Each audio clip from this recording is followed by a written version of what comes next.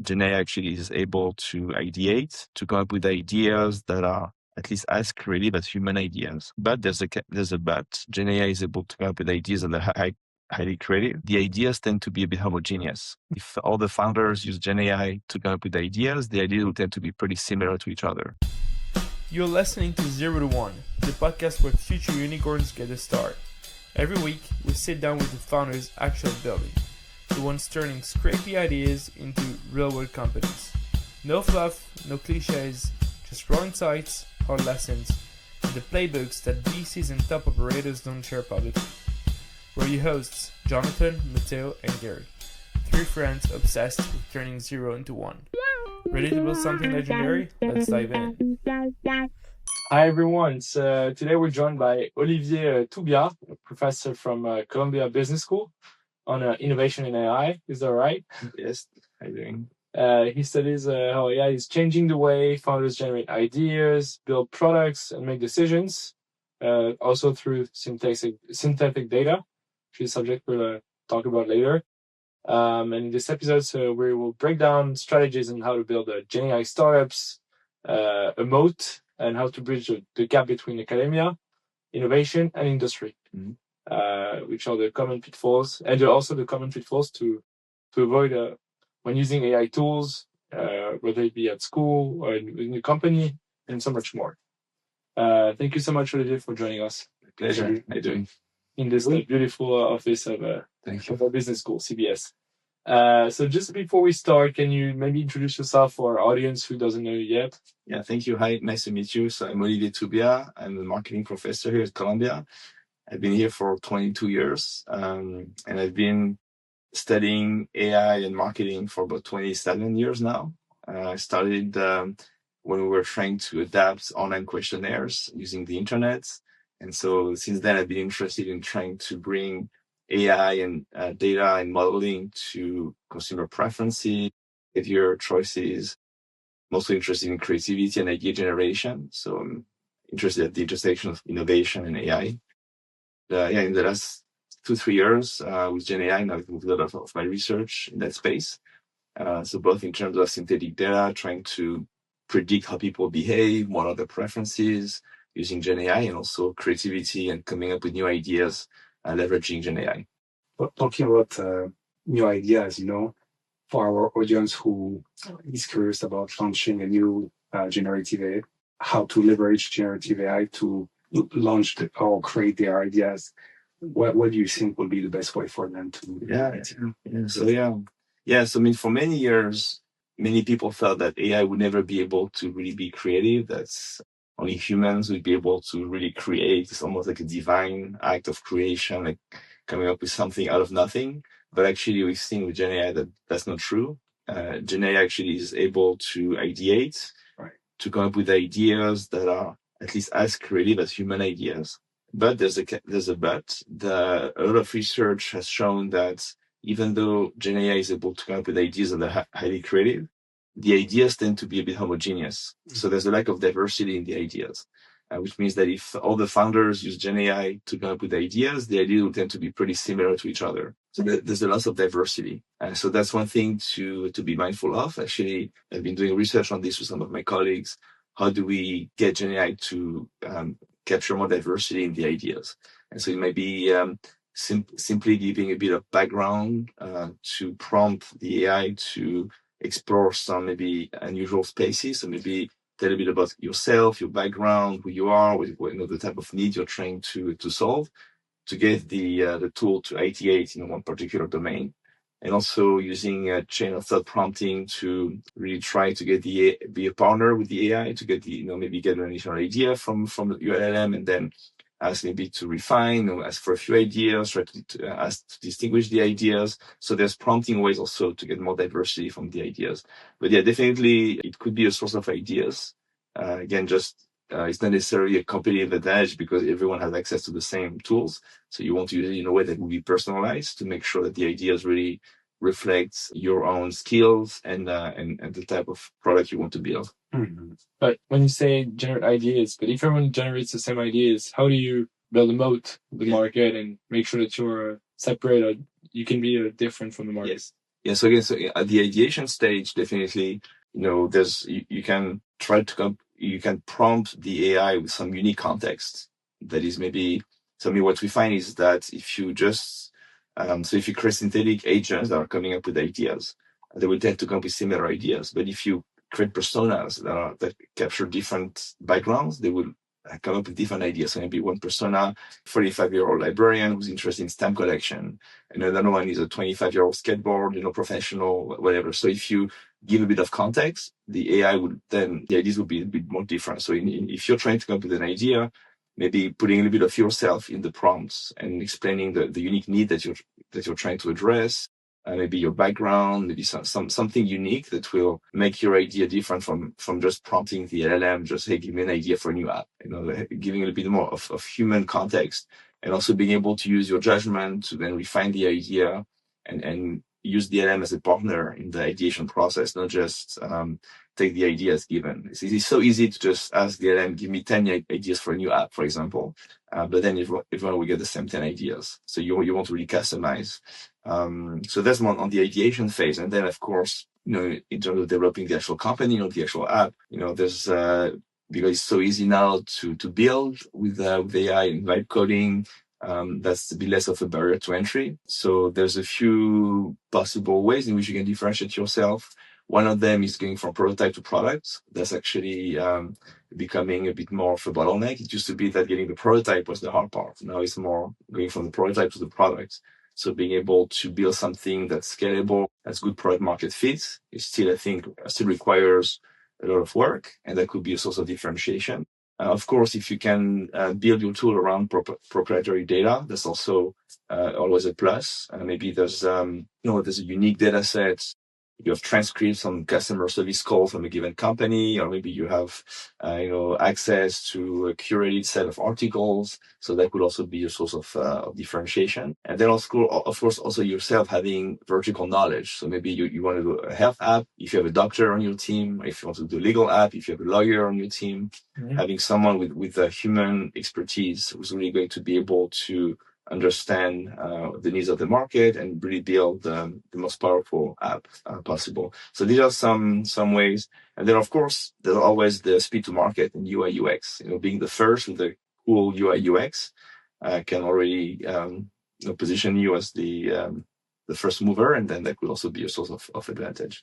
Just to bounce back on the UI UX thing now with AI is that Cloud Code and Lovable, all those tools, they're standardized, so they're all based on the same models, and they'll generate the same design. So we believe that now, if you really want to make a difference with your product, not in the B2B part, maybe more in the B2C side, I think UI and UX is probably the thing that's going to become the scarcity or the differentiator element. Yeah. So someone who actually knows how to code themselves and doesn't just take the vibe coded app. That's a good point. I see a lot of cases where the people who benefit the most from using Gen AI are people who already have some experience pre-Gen AI and are really then able to bring their expertise to bear and augment their work. But if you never learn before that, then it becomes a bit harder to become differentiated, for sure. So for our listeners, who are not part of that generation, what would you tell them? Would you recommend them one specific framework? Because you mentioned, your unique access to proprietary data, your network.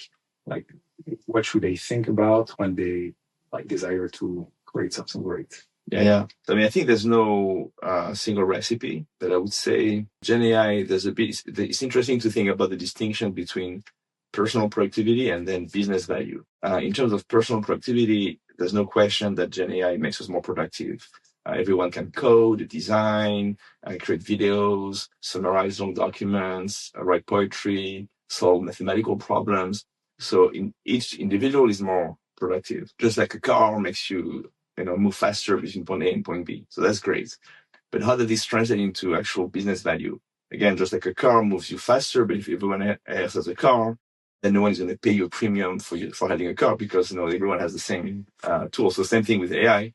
How do you actually get people to pay for your work products when everyone else has access to the same? Right. And so for that, I think I would go back to the basics of business, which is differentiation. People will pay for your product if it's differentiated. We think usually of two types of differentiation. One of them is what we call vertical, which means basically being the best.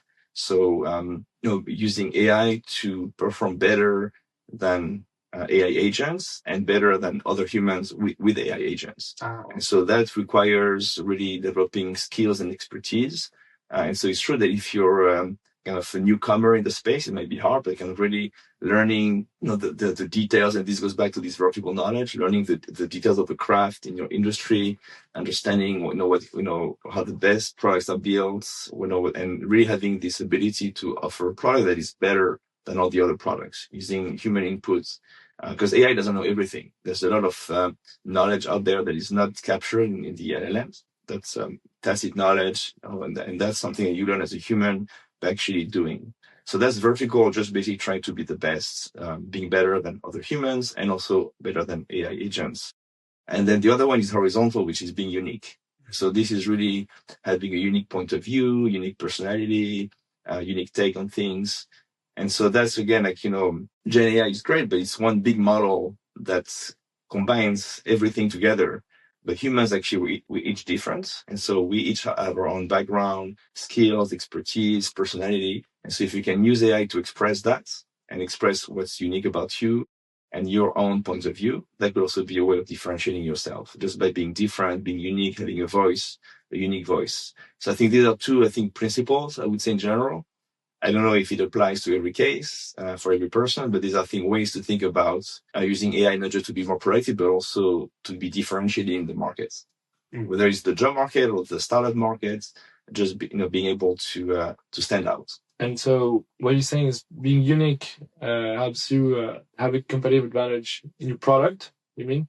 How do you bring that uniqueness of yours in the product or in the context that a model has in order to give an output that's outstanding from the market and the rest of the products of the market? Yeah, I think there's a few different ways. In all of these steps of the development process, you give inputs, you have to prioritize features of the products, the UI UX, as we discussed, the look and feel, the use cases, who is it for, the tone, kind of the personality of the products. So all of these little touch points are when you can actually inject your own personality.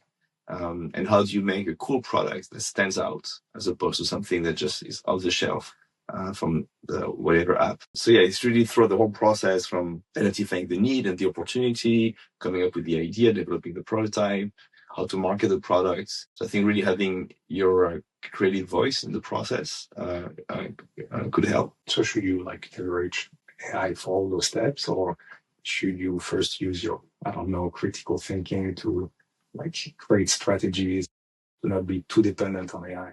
Yeah, that's agree. You have to find the right balance, and I think it's easy to be a bit lazy. I think with AI, but forcing yourself to really put in the sweat and the human experience. In a way, it depends on the product, but many times, especially if you go into entertainment culture, we buy products that also capture human experiences. And so being able to bring some life stories, some human experiences into your products, make them more authentic, I think is great. And so that could definitely be at least at the early stage when you kind of define the basic idea, and then all these little choices you make, review everything from AI to make sure it fits with the DNA of what you're trying to build. With the pressure, you have to move fast. So, you have to leverage AI to be able to be more efficient. But to the extent you can really make sure that everything you get actually conforms with your vision. So having a vision probably that comes from you as a person, and then making sure it's applied throughout. It could be one overall principle. What we see from my company and on the market is that the company or the projects or the Gen AI, let's say agents that work the best are the ones that have the better context. Because when you have context, then you don't need to have a very complicated prompt or whatsoever. Just with a very simple prompt, the model just gives you what you want at best. What's your take on building a company today with a product, a generic product that what would be your advice if you want to, let's say, capture all the data new product as you grow? Or what would be the infrastructure or the frameworks you'd use to capture all the information that would make your product more human? So you're talking about the context, like the system prompt. Yeah. Context. Yeah. And I've seen that also. I mean, working with a startup in the synthetic data space, and they actually have created some very smart kind of context system prompts that are based on research and experience to really guide the LLM to give the output. And I've seen that, like you, this makes a big difference. Fine tuning, may or may not be very helpful. RAG, depending on what you're trying to do, if there's really specific information to retrieve, but just simple context engineering also makes sense. Of course, we have the MCPs now, of course, kind of to orchestrate the context in more complicated ways. But just system prompts, definitely. And this really is when maybe the human intervention is important. Really understanding what information is useful to give to the LM as context, how it should be phrased, and also being able to experiment quickly, having an infrastructure to test different modifications, because these models are very sensitive to the prompt that you give. And so how do you phrase the context could matter. So having this method also of experimenting and learning, and being almost a translator from human knowledge to LLM context is a good skill. Doing so, what would be your advice on the frameworks or the technology you would use to just give all the system prompts the right context and the right data? Yeah, so again, so the MCP, of course, is a framework for retrieving different tools that can orchestrate the context. But in terms of crafting a system prompt, I myself haven't seen any off-the-shelf tool for that, but it's not really my area, so maybe they are just not aware of them. What I've seen is really using, what we discussed earlier, this vertical knowledge, like this expertise of the domain to really know what are the things, what are the possible pitfalls in that domain, what does the research tell us that should be conveyed to the LM. So far, I've seen more of this as a manual exercise, but maybe there's tools that I'm just not aware of. Okay. And around maybe the prompt architecture, there are many ways to tweak it. Mm-hmm. What would you recommend? For example, are there specific ways to make sure you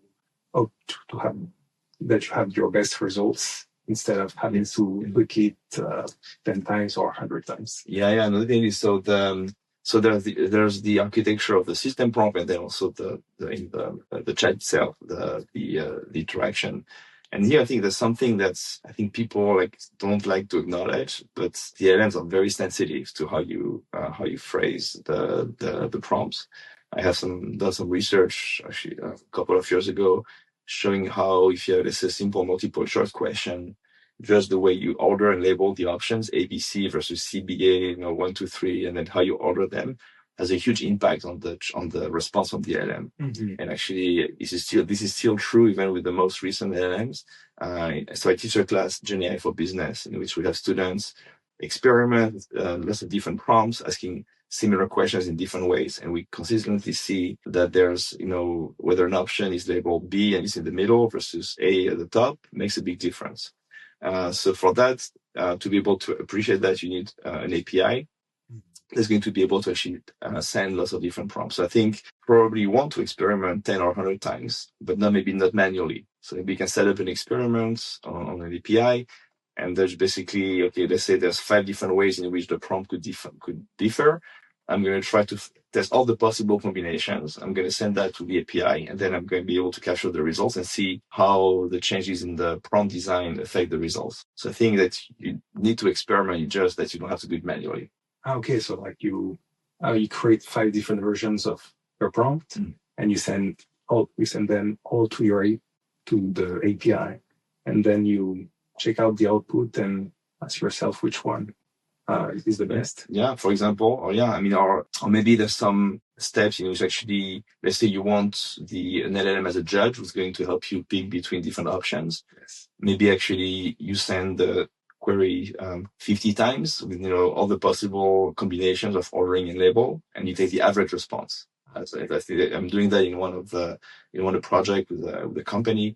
Because we know that it's these LMs are amazing and they look very smart, but actually in some ways they fail miserably, and not in ways that are unexpected, because humans that smart will not fall for this type of, but actually LMs do.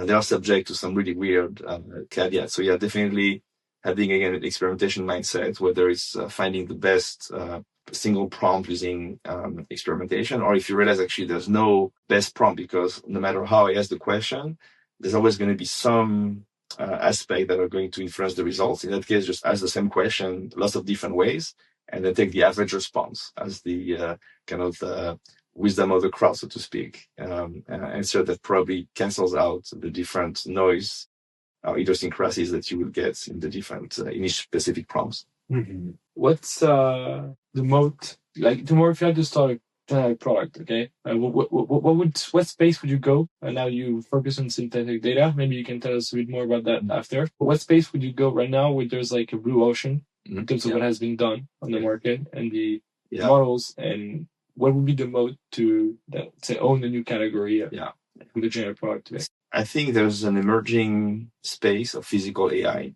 which is when AI meets the physical world. I think a lot of people argue, and I'm agreeing that really when AI meets the physical world, that's when the real revolution will start. When actually AI is able to interact with our environments. So of course we have self-driving cars. That's one example. Robots are coming, humanoid robots. We see new companies. So that could be an application, domestic application, customer service, industrial. Of course, robots have been used for a long time, but we see a new wave of Gen AI robots actually that can be used in factory settings, in defense applications, huge applications. And then beyond that, also using Gen AI to synthesize new materials, for example. The AI revolution takes a lot of energy and materials like to build the chips, and so we're running out of some materials. Maybe we can use AI to synthesize new materials that can be used in a cheap way, sustainable way. So I really think that it's worth exploring physical AI very, very carefully. And in that space, you have the same modes that we discussed earlier. But then there's another one, which is actually patents and IP, protection. Because if you build a machine that actually has AI embedded in it, the machine itself could be patented. So you have this additional layer of protection in which there's some hardware and some software combined. Definitely, I think that, I know that's a topic that's becoming more and more popular. And I think within a year, that would be on everyone's mind, I think. But it's different skills. From the software world we know, that has been probably dominating the tech space for the last 30, 40 years. Just going into hardware. Very few companies have combined very well, like hardware and software, except maybe Apple. It's the only one I think I have in mind. Yeah, so it's definitely, it's AI, but also, design, mechanical engineering, electrical engineering. So it's this new set of skills. It's not necessary for one person to know everything, but it's working different types of engineers working together with business people to come up with these solutions, which will be probably more expensive to build, take a bit longer, but which probably will also have more defensible AI and possibly huge market opportunities. Going back to physical AI, I know we are still at the super early stage. I think it's Yann LeBrun who is building a startup in Paris, which has been valued at 1.3 billion. Maybe more on a more practical side, there are also AI agents or any other available toolings like Cloud Code. Is there still space for building something that has a moat or that has been unexplored? Like, how do you see the overall market right now based on all the startups building these things? Yeah. Done quite a bit of research on synthetic data and digital twins. So in that space, for example, I do see, again, back to the earlier issue of AI agents being homogeneous, maybe opportunities to build AI agents that will really be able to represent you and do things on your behalf, capturing your preferences. So maybe you want an agent who's going to be able to go shopping for you, maybe go date for you, make some decisions, also with autonomous agents, be able to actually go and fill out a form, basically taking over your mouse and your keyboard and actually doing things for you. And so for that, you would want to make sure that this agent really captures who you are.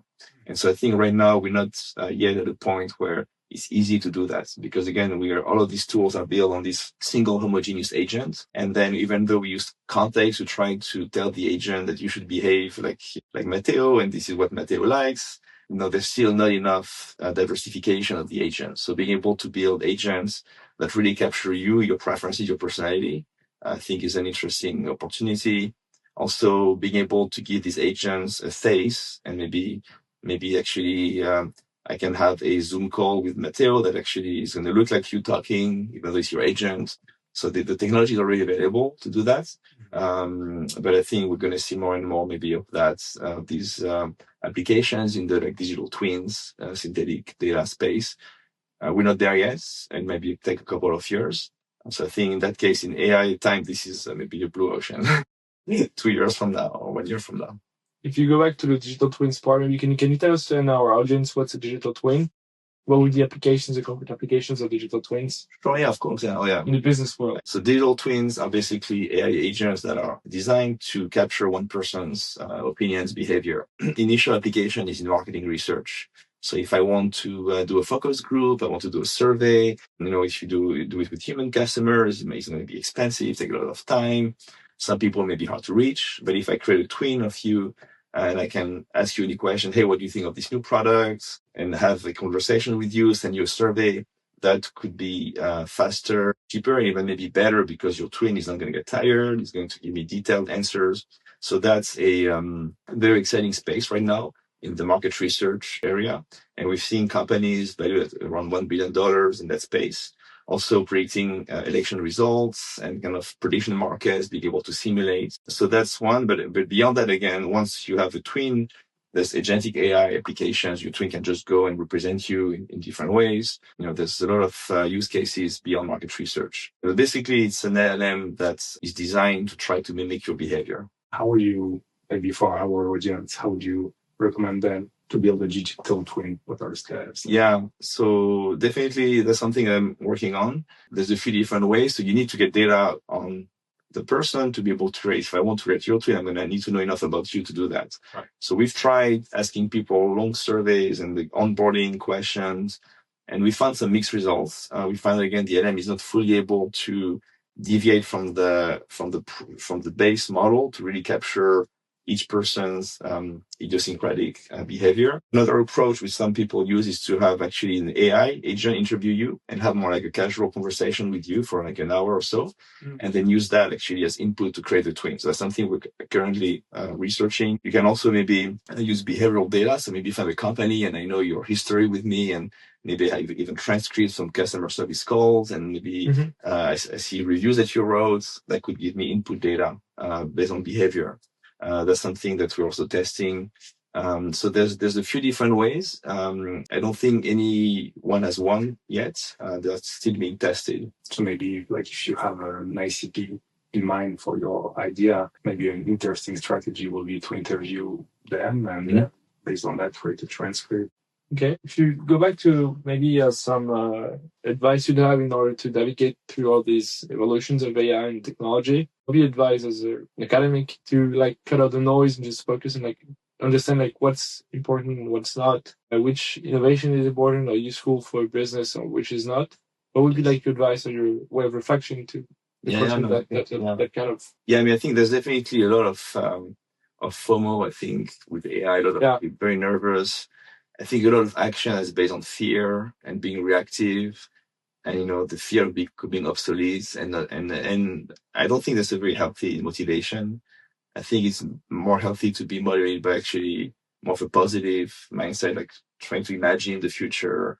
Let's try to learn, trying to really have a more of see that as an opportunity. I think that the love of learning is really, key. That's something we try to nurture in academia, but really trying to learn always, and really trying to imagine beyond what we're currently seeing, what will be the next big thing. I think we're bombarded with information. It's easy to just focus on the highlights, but typically there's a whole story behind. So it takes a lot of time, but trying to read at least a little bit where the numbers come from. If you see like a LinkedIn post, giving you a number, try to see exactly where it comes from. Because there's a lot of noise, there's very contradicting information. And again, it goes back to, at the end of the day, using your own personality and having a unique point of view that is going to be an anchor for you to address that and really have, know what you stand for and be able to kind of have a guiding direction. Otherwise, it's easy to get overwhelmed and lost. If you're trying to know everything and do everything, you just get lost. So being able to say, okay, what I'm going to be an expert only in this, and I'm going to do a bit of research on that, and I'm going to carve my niche as opposed to trying to know everything. It's just impossible to catch up. You will burn yourself out, I think. Do you recommend using Notebook LM or similar AI tools to just navigate through those papers and research and all that stuff? Yeah, I mean, I'm old school, so I would try to read myself. But yeah, sometimes you can use LLMs to, I think it's a good way to try to find relevant information. So it's almost like a Google on steroid, trying to retrieve the right information. But I think there's nothing like reading the source yourself. Okay. One last advice for our audience of younger, future and aspiring and people working, entrepreneurs and people who are already entrepreneurs or working companies and how to apply AI and build great products. What's your last piece of advice for this new generation? And maybe also adding back to that, like how to, because you're an academic, how to bridge like the academic part to the real world. Yes. So definitely, I think there's very exciting stuff happening in academia. I'm working now with a few startups and students who are trying to bring some of these to industry. And I think that actually gives you an edge.